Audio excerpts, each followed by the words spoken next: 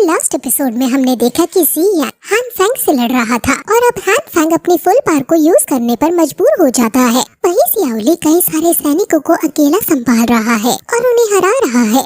वहीं जियान ने lotus fire बना लिया है और उसने ये बिना अपने टीचर की पावर का यूज किए पहली बार बनाई है। इसलिए वो सोचता है कि पिछले 2 साल जब मैं उस बीच के अंदर रहा तो वो समय मेरा खराब नहीं गया। वो अपने इस लोटस को हान फेंग की तरफ छोड़ देता है। हान फेंग भी अपनी पावर को समझकर अपना पावरफुल अटैक जिसका नाम सी हार्ट फैंटम बीस्ट है उसको छोड़ता है। ये अटैक एक बीस्ट टाइगर के अवतार ले लेता है और अब दोनों के अटैक एक दूसरे से टकराने वाले हैं। इनके टकराव से यहाँ बहुत बड़ा विस्फोट होता है और आसमान में एनर्जी ही एनर्जी हमें देखने को मिलती है। कोई कुछ समझ नहीं पाता कि विस्फोट में क्या हुआ, कौन जीता और कौन हारा। जियाओली उस विस्फोट को देखता है और समझ जाता है कि ये विस्फोट हम पर भी असर डालेगा। इसलिए वो तुरंत अपने लोगों को और पैन मैन के लोगों को छुपने को कहता है और तभी उस विस्फोट से जो एनर्जी निकलती है वो नीचे सभी को जलाने लगती है, जिससे कई सारे ब्लैक अलायंस के सैनिक मारे जाते हैं। एल्डर सू जियान की ताकत को देखकर हैरान है और कहता है कि ये लड़का हान फेंग तक को रोकने के काबिल हो पाया। इसमें आखिर ऐसा क्या है?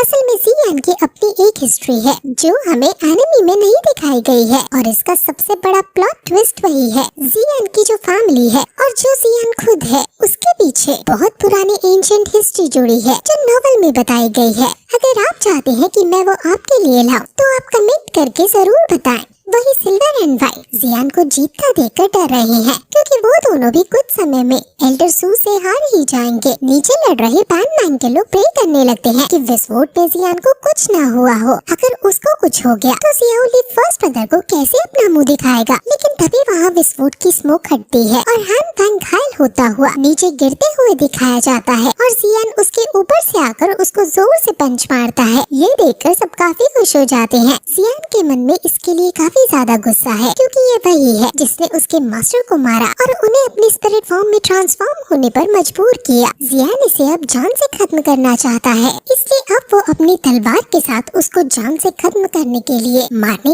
आगे बढ़ता है। लेकिन तभी वहाँ सोल टेम्पल का एक मिस्टीरियस मैन आ जाता है जो जियान के अटैक को रोक देता है। ये देखकर सब हैरान हो जाते हैं और मिस्टीरियस मैन कहता है कि तो ये सच ही है कि तुम्हारे अंदर मेडिसिन डस्ट की सोल रहती है। असल में सोल टेम्पल याओ लाओ के बारे में जानता है और अब हान फेंग ने बता दी है कि याओ लाओ जियान के अंदर सोल फॉर्म में रहता है। इसलिए सोल टेम्पल का एक बंदा इसी को चेक करने आया है। उसका अटैक जियान को भी लगने ही वाला होता है, लेकिन तभी वहाँ क्वीन मेड्यूसा आकर उसके अटैक को रोक देती है और उसके चेन ब्लेड वेपन को पकड़ लेती है। वो कहती है कि इसकी लाइफ मेरी है और इसकी लाइफ पर सिर्फ मेरा अधिकार है, इसलिए कोई और इसे नहीं ले सकता है। जियान क्वीन मेड्यूसा के बहुत पास खड़ा है, इसलिए पहले क्वीन मेड्यूसा उसको ही धक्का मारकर दूर करती है। जियान इरिटेट हो जाता है और सोचने लगता है कि आखिर ये औरत मुझसे चाहती ही क्या है। ये मुझे सेव भी कर रही है और साथ ही साथ इतना बुरा मुझे ट्रीट भी कर रही है और ये आदमी यहाँ तक आ गया। अगर ये आदमी यहाँ न आता तो मैं हान फेंग को मार चुका होता। हान फेंग अधमरी हालत में है और वो अपनी जिंदगी के लिए आखिरी पल गिन रहा है। क्वीन मेड्यूसा जब अपने नीचे हान फेंग को अधमरी हालत में देखती है तो उसे बहुत घिन आती है, इसलिए पहले वो हान फेंग को किक मारकर दूर फेंक देती है और इससे हान फेंग की वही दर्दनाक मौत हो जाती है। ये देखकर जियान खुश हो जाता है और कहता है कि कितनी अच्छी किक थी। क्वीन मेड्यूसा गुस्से में जियान को देखती है जिससे जियान फिर से चुप हो जाता है। सभी लोग समझ जाते हैं कि क्वीन मेड्यूसा कितनी ज्यादा ताकतवर है। मिस्टीरियस मैन हान फेंग की किस्मत पर इविल वे में तरस खाने लगता है कि बेचारा औरत के हाथों मरा। अब लोग कितना मजाक उड़ाएंगे कि इतना बड़ा मेडिसिन केक एक औरत के पैरों से ठोकर खाकर चल बसा। मिस्टीरियस मैन अपना वेपन वापस लेने की कोशिश करता है, लेकिन क्वीन मेड्यूसा ने गुस्से से उस वेपन को पकड़ रखा है और वो अपना पूरा दम लगा देता है। लेकिन क्वीन मेड्यूसा से अपने वेपन को नहीं ले पाता, जिससे वो वेपन वहीं डिस्ट्रॉय हो जाता है। वो समझ जाता है कि इस औरत से लड़ना उसके भले में नहीं है। वो कहता है कि सालों बाद किसी ने सोल टेम्पल से ये गुस्ताखी करने की हिम्मत दिखाई है, लेकिन लगता है कि आज मेरा बैड लक है जो तुम यहाँ आ गए। लेकिन वैसे भी मेरा मकसद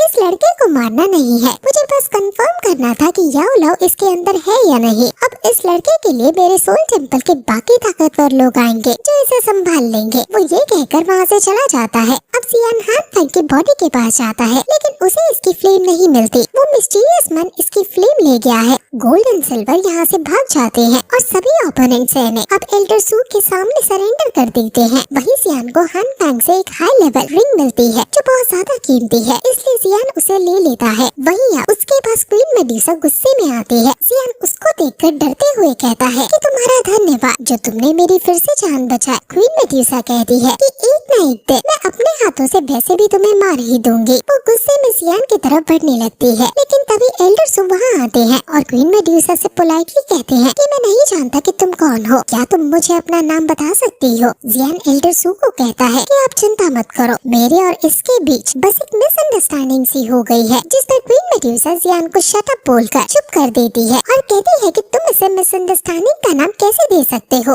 तुमने जो मेरे संग किया उसकी तुम्हें कोई माफी नहीं मिल सकती है और इसकी सजा सिर्फ मौत ही है। ये आखिरी टाइम है और अब अगली बार मैं तुम्हें नहीं बचाऊंगी और जल्दी तुम्हारी जान भी ले लूंगी। क्वीन मेडुसा अब वहाँ से चली जाती है। गाइस, असल में जब जियान पहले 2 साल जब 20 के अंदर था तो कुछ समय के लिए क्वीन मेडुसा कमजोर हो गई थी और जियान इविल फायर की वजह से अपने सेंसेस खो चुका था, यानी वो नशे किसी हालत में हो गया था। आप लोगों की काफी डिमांड थी कि मैं इस पार्ट को एक्सप्लेन करूं, लेकिन ये बात हमें एनिमी में नहीं दिखाया है, लेकिन नॉवेल में इसका डिटेल में एक्सप्लेनेशन हमें देखने को मिलता है। आप लोगों की डिमांड पर हम इसकी डिटेल एक्सप्लेनेशन अपनी वेबसाइट www.misskyenemy.com है, उस पर जाकर देख सकते हैं। हमने वहाँ डिटेल में एक्सप्लेन किया है और उसकी लिंक आपको डिस्क्रिप्शन बॉक्स में मिल जाएगी। अब एल्डर सोच में पड़ जाते हैं कि आखिर भला जियान ने इतनी पावरफुल लड़की के साथ क्या कर दिया होगा। जियान एम्बैरेस हो जाता है क्योंकि वो अपने टीचर को तो वो सब नहीं बता सकता, इसलिए वो बात घुमा कर कहता है कि हान फैंग की बॉडी से मुझे ये पावरफुल रिंग मिली। एल्डर सू समझ जाते हैं कि ये एक रेयर ट्रेजर है और क्योंकि ये तुमने जीता है इसलिए तुम ही रखो। जियान उसे अपने पास रख लेता है। एल्डर सू उसे अब फोन करते हैं। सोल टेम्पल की नजर अब तुम पर है और तुम्हें सावधान रहना होगा।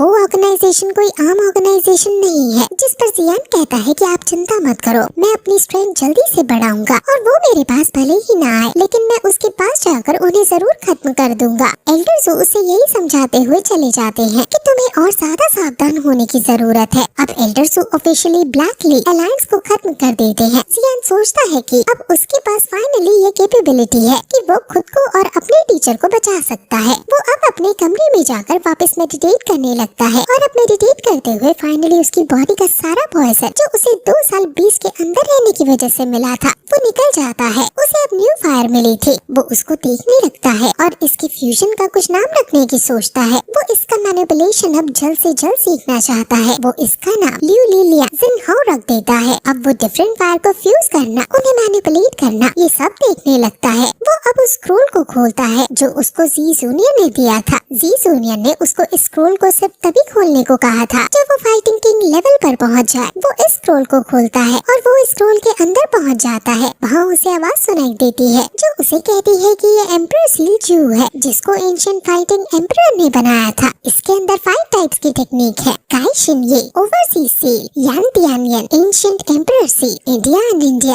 अगर तुम इन सब सील्स को प्रैक्टिस करना चाहते हो तो तुम्हारा फाइटिंग काइंड पर होना जरूरी है, वरना तुम भी बड़े डिजास्टर में आ जाओगे। इस स्क्रोल के अंदर ही उसे अब जी जूनियर भी दिखती है जो एक बेसिकली मैसेज देने के लिए यहाँ उसे दिख रही है। जी जूनियर कहती है कि तुमने इस स्क्रोल को खोल दिया है, यानी तुम फाइटिंग किंग लेवल पर हो। जियान उसे गले लगा लेता है और जी जूनियर कहती है कि ये दिनयनजू हमारी फैमिली की एंशिएंट टेक्निक है। वो उसे अब और भी इन सील्स के बारे में बताती है जो हम आगे आने वाले एपिसोड्स में जानेंगे। और अंत में वो उसे कहती है कि तुम इन टेक्निक्स का इस्तेमाल बहुत सोच समझ कर ही करना, क्योंकि ये सिर्फ हमारी फैमिलीज की है और अगर किसी को पता चला कि ये तुम्हारे पास है तो तुम अनवांटेड अटेंशन गेन कर लोगे जो तुम्हें मुसीबत में ला सकती है। जियान समझ जाता है और जी जूनियर की मेमोरी वहाँ से चली जाती है। अब जियान उसके जाने से उदास होकर फिर से मेडिटेट करने बैठ जाता है और फिर यही ये पार्ट खत्म हो जाता है। अब क्वीन